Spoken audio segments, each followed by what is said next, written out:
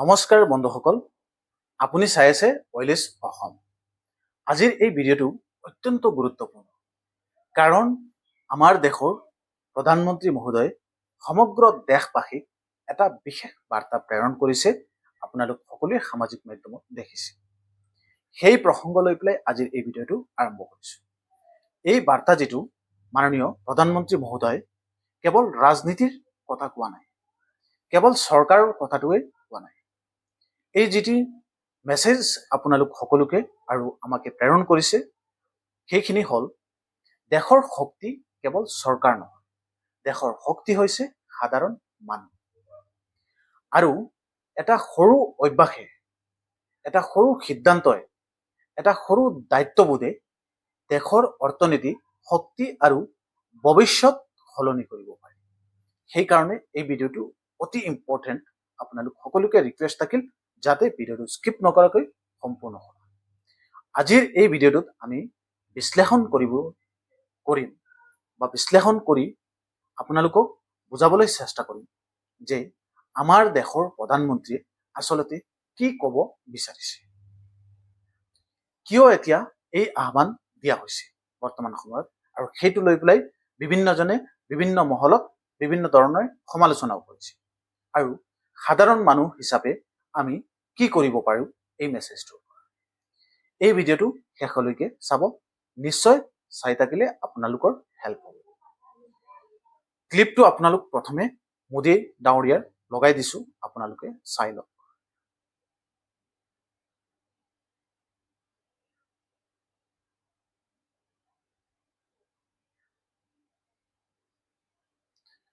মৰমৰ বন্ধু বান্ধৱীসকল, আজিৰ বিশ্ব আগৰ দৰে স্থিৰ নাই। কৰোনাৰ পিছত বহুতো দেশৰ অৰ্থনীতি একেবাৰে কমজোৰ হৈ গৈছে। ইন্ধনৰ মূল্য বহুতো সময়ত অস্থিৰ হৈ আছে, আপ ডাউন হৈ আছে। বিশ্বৰ বহু অঞ্চলত সংঘাত আৰু যুদ্ধৰ প্ৰভাৱত তেল আৰু গেছৰ যোগানৰ ওপৰত চাপ বৃদ্ধি পাইছে। আৰু ভাৰতৰ এখন বৃহৎ দেশ আমাৰ ভাৰতবৰ্ষ, আমাৰ জনসংখ্যাও বহুতো বেছি, আৰু ভাৰত এতিয়াও বহুতো ক্ষেত্ৰত আমদানিৰ ওপৰত নিৰ্ভৰশীল হয়, মানে বিভিন্ন দেশৰ পৰা বস্তু আমদানি কৰিবলগীয়া হয়। গতিকে বিশেষকৈ কেঁচা তেল যিটো আছে, যিটো আমি ডিজেল পেট্ৰল যিবিলাক আমি ব্যৱহাৰ কৰোঁ, বা ৰান্ধনি হিচাপে যিবিলাক তেল আমি ব্যৱহাৰ কৰোঁ, পাম অইলবিলাক, কিছুমান ইলেক্ট্ৰনিক সামগ্ৰী যিবিলাক আছে সেইবিলাক হওক, এনেধৰণৰ কিছুমান সামগ্ৰী বা বিলাসী সামগ্ৰী যিবিলাক আছে, গোল্ড হওক বা আন যিবিলাক সামগ্ৰী আছে, সেইবিলাক যেতিয়া বিশ্ব বজাৰত মূল্য বৃদ্ধি পায়, তাৰ প্ৰভাৱ সাধাৰণ মানুহৰ ওপৰত পৰে, আমি সকলোৱে জানো। এই কাৰণে যে প্ৰভাৱটো যে পৰিব, হয়তো আমাৰ দেশৰ প্ৰধানমন্ত্ৰী মহোদয়ে সৰু সৰু দায়িত্বৰ কথা আমাক আঙুলিয়াই দিছে, কৈ দিছে এজন ডাঙৰ দায়িত্বশীল মানুহ হিচাপে আৰু দায়িত্বশীল প্ৰধানমন্ত্ৰী হিচাপে। সেয়েহে আপোনালোক সকলোকে এই ভিডিঅ'টো মই প্ৰস্তুত কৰিছোঁ। আকৌ আৰু এটা ক্লিপ শুনাব বিচাৰিছোঁ, মাননীয় প্ৰধানমন্ত্ৰী মহোদয়ে কি কৈছে। প্ৰধানমন্ত্ৰী মহোদয়ে বিশেষকৈ পেট্ৰল আৰু ডিজেল কম ব্যৱহাৰৰ কথা উল্লেখ কৰিছে। এতিয়া প্ৰশ্ন হৈছে, ইয়াৰ লাভ কি হ'ব? কাৰণ আমি যদি গাড়ী কমকে ব্যৱহাৰ কৰোঁ, পেট্ৰল কমকে ইউজ কৰোঁ, তেনেতে আমাৰ লাভ কি হ'ব? বন্ধু বান্ধৱীসকল, যদি দেশত ইন্ধনৰ ব্যৱহাৰ কিছু পৰিমাণে কমে, উদাহৰণ হিচাপে যদি 1000 লিটাৰ এখন টাউনত এদিনত খৰচ হৈছিল, এতিয়া যদি 500 লিটাৰ খৰচ হয়, আমদানিৰ খৰচ কমিব, আৰু কমিব পাৰে সেই খৰচ যিটো আছে। তেতিয়া বিদেশলৈ যোৱা টকাৰ পৰিমাণ হ্ৰাস পাব, মানে কমিব। আমি সেই তেলখিনিতো বিদেশৰ পৰা কিনি আনিব লাগে, সেইখিনি কমিব। প্ৰদূষণো কিছু কমিব পাৰে। গতিকে সেইটো এটা ভাল ছাজেশ্যন মাননীয় আমাৰ দেশৰ প্ৰধানমন্ত্ৰী মহোদয় জনাইছে। আৰু ভৱিষ্যতৰ বাবে শক্তি সংৰক্ষণো হ'ব পাৰে এনেকা যদি আমি ব্যৱস্থা লওঁ। সেয়েহে কিছুমান সহজ অভ্যাসৰ কথা কোৱা হৈ আছে, বা আপোনালোক সকলোকে এই ভিডিঅ'ৰ জৰিয়তে দি মই জনাব বিচাৰিছোঁ, আহ্বান কৰিব বিচাৰিছোঁ এজন সচেতন নাগৰিক হিচাপে একেলগে গাড়ীত যাব লাগে আৰু সেইটো প্ৰধানমন্ত্ৰী মহোদয়েও কৈছে অপ্ৰয়োজনীয় ভ্ৰমণ কমাব লাগে সেইখিনিও জনাইছে সম্ভৱ হলে পাব্লিক ট্ৰান্সপৰ্ট ব্যৱহাৰ কৰিব লাগে বা মেট্ৰ' ইউজ কৰিব লাগে যিবিলাক মেট্ৰ' চিটিত আছে অনলাইন মিটিং কৰিবৰ কাৰণে চেষ্টা কৰিব লাগে ৱৰ্ক ফ্ৰম হোম কৰিবৰ কাৰণে চেষ্টা কৰিব লাগে এইবোৰ হয়তো সৰু সৰু পদক্ষেপ যেন লাগিব আপোনালোকৰ শুনাৰ পিছত কিন্তু কোটি কোটি মানুহে কৰিলে আমাৰ দেশৰ ইয়াৰ প্ৰভাৱ ডাঙৰ হিচাপে পৰিব সেইকাৰণে এটা কথা আছে নহয় আমাৰ দেশত ভোকেল ফৰ লোকেল সেইখিনি আমাৰ মনত থাকিব লাগে যেতিয়া আমাৰ দেশৰ সংকটৰ সময় আহে তেতিয়া আমি নিজে অলপ দায়িত্ব পালন কৰিব লাগে আমাৰ দেশৰ প্ৰধানমন্ত্ৰী মহোদয় পুনৰ ভয়েস হিচাপে আপোনালোক সকলোকে কৈছিলে যে ভোকেল ফৰ লোকেল তাৰ কথা উল্লেখ কৰিছে ইয়াৰ অৰ্থ কি ইয়াৰ অৰ্থ হৈছে নিজৰ দেশত উৎপাদিত সামগ্ৰীক সমৰ্থন কৰা সিম্পল আমি যেতিয়া নিজৰ দেশৰ উৎপাদিত সামগ্ৰীৰ ওপৰত সমৰ্থন কৰিম বাহিৰা বস্তু নিকিনিম কমাম তেতিয়াহে এইখিনি হ'ব যদি স্থানীয় ব্যৱসায় আগবাঢ়ে চাকৰিৰো সুযোগ বৃদ্ধি পাব পাৰে ক্ষুদ্ৰ ব্যৱসায়ৰ লাভৱানো হ'ব পাৰে আৰু দেশৰ ভিতৰত টকাৰ সাৰ্কুলেশন যিটো সেইটো বৃদ্ধি হ'ব পাৰে অসমৰ ক্ষেত্ৰত এইটো অত্যন্ত গুৰুত্বপূৰ্ণ কাৰণ আমাৰ ওয়েলেছ অসম ইউটিউব চেনেলটো অসমৰ ভিউৱাৰ্ছ সকলে চায়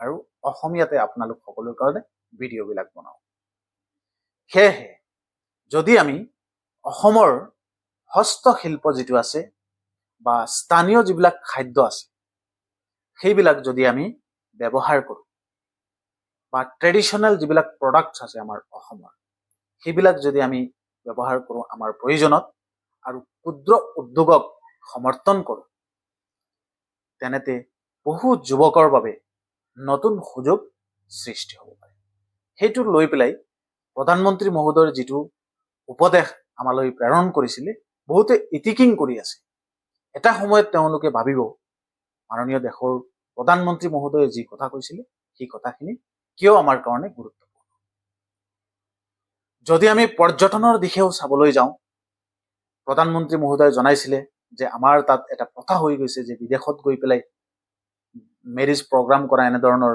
প্ৰগ্ৰাম কৰা সেইবিলাকো যদি আমি ৰিডিউচ কৰোঁ প্ৰধানমন্ত্ৰী মহোদয়ে ভাৰতৰ ভিতৰত পৰ্যটনকো উৎসাহিত কৰিছে এই কথাটো কৈ পেলাই তেওঁৰ মূল বক্তব্য আছিল যদি ভাৰতীয়সকলে নিজৰ দেশৰ ভিতৰত অধিক ভ্ৰমণ কৰে তেনেতে স্থানীয় অৰ্থনীতি উপকৃত হ'ব পাৰে সেইখিনি কথালৈ আমি পজিটিভ দিশত থিংকিং কৰিব লাগে বহুতে বিভিন্ন ধৰণৰ সামাজিক মাধ্যমত ইটিকিংমূলক ভিডিঅ' বনাই আছে সেইবিলাক মই বহুত বেয়া পাইছো আমাৰ ওয়েলেছ অসম ইউটিউব চেনেলৰ পৰা অৰিহণা দিছো বন্ধুসকল অসম নিজেও এখন সুন্দৰ ৰাজ্য আমাৰ আছে কাজিৰঙা মাজুলী সেইখিনিতো আপোনালোক সকলোৱে জানে হাফলঙৰ পাহাৰ বিভিন্ন জাগা আছে আমাৰ অসমত শিৱসাগৰ আছে এনেধৰণৰ বিভিন্ন এৰিয়া আছে সেইবিলাক যদি আমি বহু ঐতিহাসিক আৰু প্ৰাকৃতিক যিবিলাক স্থান আছে সেই স্থানসমূহ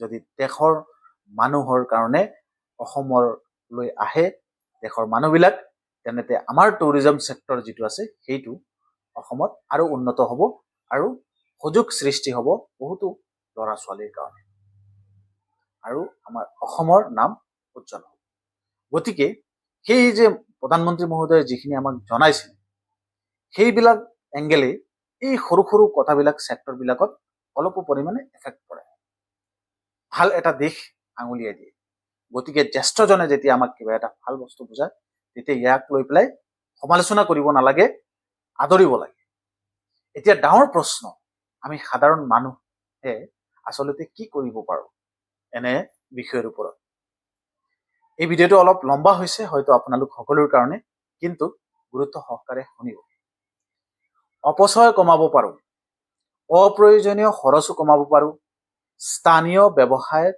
সমৰ্থন কৰিব পাৰোঁ শক্তি সঞ্চয় কৰিব পাৰোঁ দায়িত্বশীল নাগৰিক হিচাপে সচেতন হ'ব পাৰোঁ সেইখিনি ল'ব লাগে, সেইখিনিহে আমাৰ বেনিফিট।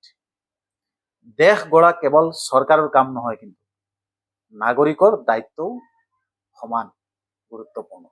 সেইকাৰণে দেশ গঢ়াৰ কেৱল চৰকাৰৰ ওপৰত গুৰুত্ব দিব নালাগে, আমিও অলপ পৰিমাণে সঁহাৰি জনাব লাগে। প্ৰিয় ভিউৱাৰ্ছসকল, যদি এই ভিডিঅ'টোত আপুনি সহমত, এই ভিডিঅ'টো শ্বেয়াৰ কৰি আনক এই যিটো মই ভাৱনা বা যি থিংকিঙে এই ভিডিঅ'টো বনাইছোঁ সেইটো সহযোগিতা কৰা, আৰু প্ৰধানমন্ত্ৰী মহোদয়ৰ যিখিনি আমালৈ উপদেশ দিছে সেই উপদেশখিনি আমি পালন কৰা। ইতিহাস সদায় ৰচিত হৈ থাকিব। যেতিয়া সাধাৰণ মানুহে একেলগ হয়, দেশ শক্তিশালী হয়। জয় হিন্দ। এটা সৰু দায়িত্ববোধ, এটা সৰু সচেতনতা আৰু এটা সৰু পৰিৱৰ্তনে ভৱিষ্যতে ডাঙৰ ফল দিব পাৰে। সেইকাৰণে প্ৰধানমন্ত্ৰীৰ এই আহ্বানক আমি কেনেদৰে চাব পাৰি, বা আপুনি কেনেদৰে চায়, বা আপুনি কি ভাবে এই মেছেজটোৰ বিনিময়, সেইখিনি আপোনালোক সকলোকে জনাব বিচাৰিছোঁ। সাধাৰণ মানুহৰ সৰু পদক্ষেপে দেশৰ ওপৰত ডাঙৰ প্ৰভাৱ পেলাব পাৰে। গতিকে আহক এতিয়া মাননীয় দেশৰ প্ৰধানমন্ত্ৰী মহোদয় কি জনাইছিল সেইখিনি আপোনালোক সকলোকে শুনাব বিচাৰিছোঁ এই ভিডিঅ'ৰ জৰিয়তে দি। প্ৰথমে মোৰ কথাখিনি আপোনালোক সকলোকে ক'লো, এতিয়া শুনক প্ৰধানমন্ত্ৰী মহোদয় আপোনালোক সকলোকে কি আহ্বান জনাইছে। ধন্যবাদ। ভিডিঅ'টো যিমান পাৰা সকলোকে শ্বেয়াৰ কৰক। एक और विषय संवेदनशील होता जा रहा है। पिछले कुछ वर्षों में दुनिया लगातार अस्थिर परिस्थितियों से गुजर रही है। पहले कोरोना का संकट, फिर वैश्विक आर्थिक चुनौतियां, और अब पश्चिम एशिया में बढ़ता तनाव। इन सारी परिस्थितियों का असर लगातार पूरी दुनिया पर पड़ रहा है, और भारत भी इससे अछूता नहीं है। अगर कोरोना महामारी इस सदी का सबसे बड़ा संकट थी, तो पश्चिम एशिया में युद्ध से बनी परिस्थितियां इस दशक के बड़े संकटों में से एक है। जब हमने मिलकर कोरोना का मुकाबला कर लिया, तो इस संकट से भी अवश्य पार पा जाएंगे। सरकार भी लगातार ये प्रयास कर रही है कि देश के लोगों, देश के सामान्य नागरिक पर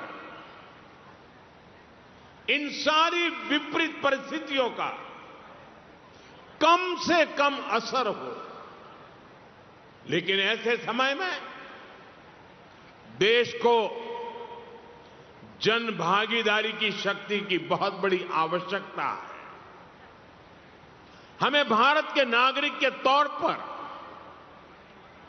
अपने कर्तव्य को प्राथमिकता देनी होगी।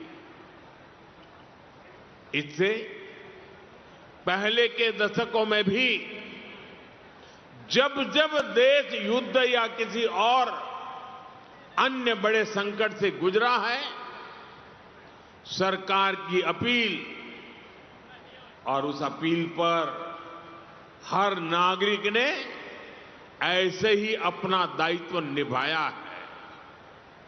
आज भी जरूरत है कि हम सब मिलकर अपना दायित्व निभाएं, देश के संसाधनों पर पड़ने वाले बोझ को कम करें। आप भी जानते हैं कि भारत कितने ही उत्पादों को मंगाने के लिए लाखों करोड़ रुपए की विदेशी मुद्रा खर्च करता है। इसी समय विदेश से आने वाले उत्पादों की कीमतें भी आसमान छू रही है, और सप्लाई चेन भी पूरी तरह तहस नहस हो चुकी है। और इसलिए देश पर यह दोहरा संकट है। जैसे बूंद बूंद से घड़ा भरता है, वैसे ही हमें हर छोटे बड़े प्रयास से ऐसे उत्पादों का उपयोग कम करना है जो विदेश से आते हैं और ऐसे व्यक्तिगत कामों से भी बचना है जिसमें विदेशी मुद्रा खर्च होती हो। साथियों, भारत के इंपोर्ट का बहुत बड़ा हिस्सा क्रूड ऑयल है और दुर्भाग्य से जिस क्षेत्र से दुनिया के बड़े हिस्से को तेल मिलता है, आज वही क्षेत्र संघर्ष और युद्ध की स्थिति में उलझा हुआ है और इसलिए जब तक हालात सामान्य नहीं होते, हम सबको मिलकर छोटे छोटे संकल्प लेने होंगे। मैंने कल कर्नाटका और तेलंगाना में भी इस बारे में चर्चा की है। मैं आज गुजरात में भी अपने आग्रहों पर फिर से जोर दे रहा हूं और आप पर तो मेरा ज्यादा हक है, इसलिए जरा हक से कहने वाला हूं।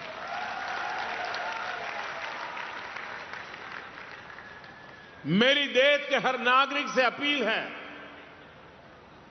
जहां संभव हो पेट्रोल डीजल का उपयोग कम करें।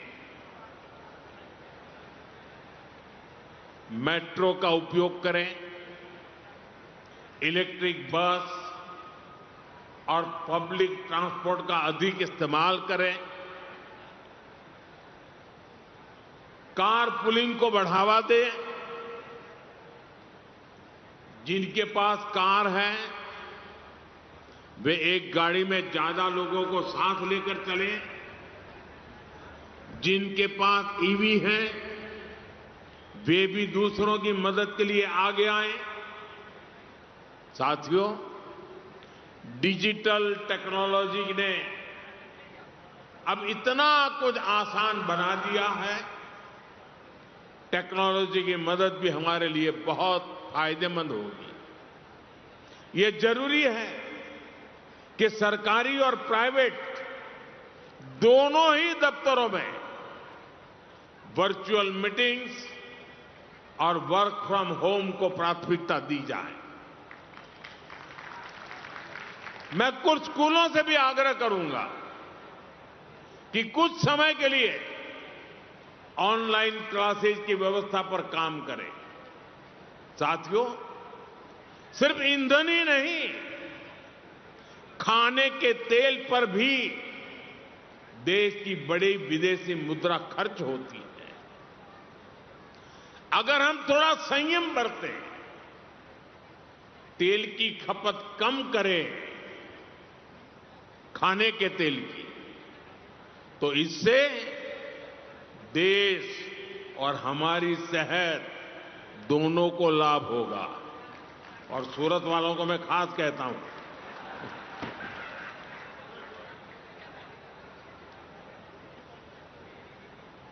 इसी तरह मैं आज समाज के सभी भाई बहनों से, मैं आपके परिवार का सदस्य हूं इसलिए आग्रह से कहता हूं, और इसमें तो आपको आगे आकर के मेरी मदद करनी पड़ेगी। सोने की आयात पर भी देश का बहुत बड़ा पैसा विदेश जाता है। मैं आप सबसे, देशवासियों से आग्रह करूंगा कि जब तक हालात सामान्य न हो, हम सोने की खरीद को टालें। गोल्ड की जरूरत नहीं है।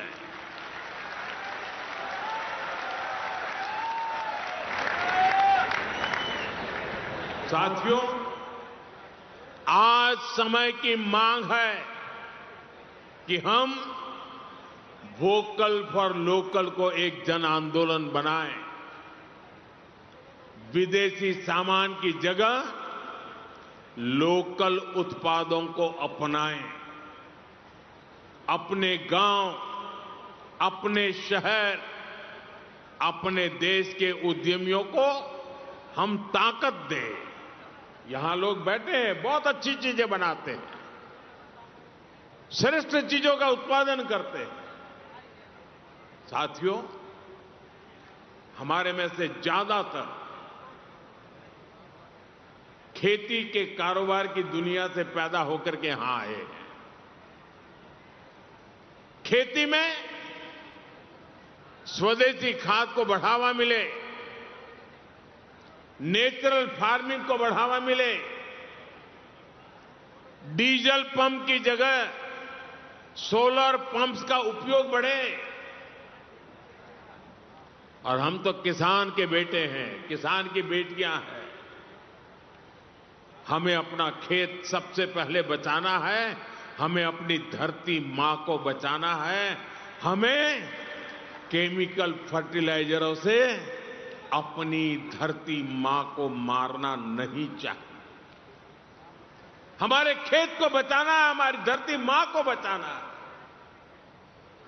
और इसलिए मैं आप सबसे आग्रह करूंगा कि आप अपने गांव में हर किसान भाई बहन को केमिकल फर्टिलाइजर से मुक्ति का रास्ता बताइए, नेचुरल फार्मिंग की तरफ ले जाइए। साथियों, एक और भी अहम विषय, और वो भी आप में से बहुतों को लागू होता है, बुरा मत मानना, फैशन हो गई है। जैसे ही वैकेशन हुआ, बच्चों के हाथ में विदेश की टिकट पकड़ा देते हैं, विदेश में जाके वैकेशन कर रहे हैं। गर्मी की छुट्टियां आ रही हैं, आजकल विदेश घूमने, वहां पर डेस्टिनेशन वेडिंग, ये मैं यहां से बहुत से लोग हैं, अब मुझे निमंत्रण नहीं भेजते हैं, पहले भेजते थे क्योंकि विदेश में ही शादी करते थे, अब बंद कर रहे हैं। ये विदेश में वेडिंग, इनका फैशन खूब बढ़ रहा है, और लेकिन इस पर भी बहुत विदेशी मुद्रा खर्च होती है। साथियों, आप सोचिए, क्या भारत में ऐसी जगह नहीं है जो हम अपनी वैकेशन वहां मनाएं, हमारे बच्चों को हमारा इतिहास पढ़ाएं, हम अपने स्थानों पर गर्व करें। और जरूरी है कि भारत में ही अपनी वैकेशन मनाएं।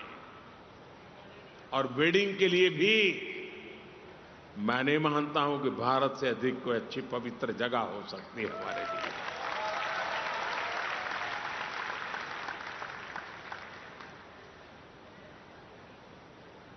जब यहां वेडिंग करते हैं ना, तो हमारे पूर्वजों की मिट्टी भी हमें आशीर्वाद देती है। और वेडिंग के लिए भी भारत के ही अनेक स्थान है, उसको हम चुने। हमारे गुजरात में तो वैसे भी एक से बढ़कर एक स्थान है। और मैं तो आप सब पाटीदार भाइयों को तो कहूंगा, आपको तो अब शादी स्टैच्यू ऑफ यूनिटी वहीं पर जाके करनी चाहिए। आपकी हर शादी में सरदार साहब खुद आशीर्वाद देने के लिए मौजूद रहेंगे। और वहीं पर आपने, जैसे हरिद्वार ऋषिकेश में आप शांति के लिए जगह बना रहे हैं ना, वैसे ही आप स्टैच्यू ऑफ यूनिटी में शादी के लिए जगह बना दीजिए। मैं पंकज भाई को कहूंगा उसके लिए भी कुछ करें।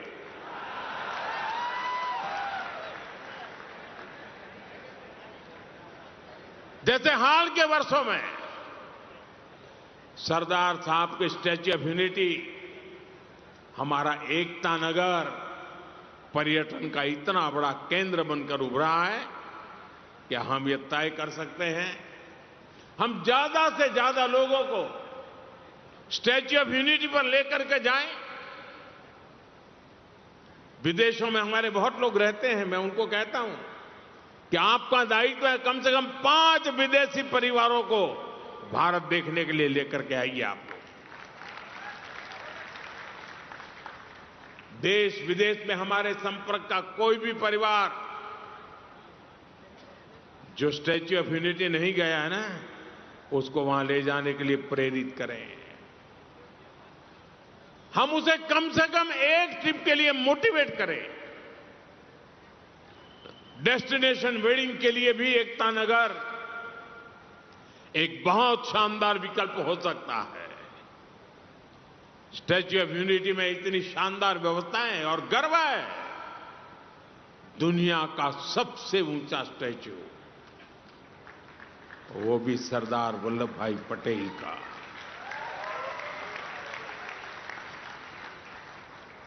इस देश का कोई नागरिक ऐसा नहीं हो सकता है कि जिसको इसके लिए गर्व न हो दोस्तों। और मैं आपसे आग्रह करता हूं, आप सभी इसका फायदा उठाइए, इसका लाभ उठाइए। साथियों, ये मैंने छोटे छोटे प्रयास आपको, कोई मुश्किल काम नहीं बताया आपको, लेकिन आप मान के चलिए, ये छोटे प्रयास भले लगते सकते हो, लेकिन छोटे प्रयास भी जब 140 करोड़ लोग एक साथ संकल्प लेते हैं, 140 करोड़ लोग एक कदम आगे बढ़ते हैं इस दिशा में, 140 करोड़ कदम देश आगे बढ़ता है। तो वही छोटे प्रयास राष्ट्र की सबसे बड़ी ताकत बन जाते हैं। और इसलिए फिर एक बार हमें एकजुट होना होगा।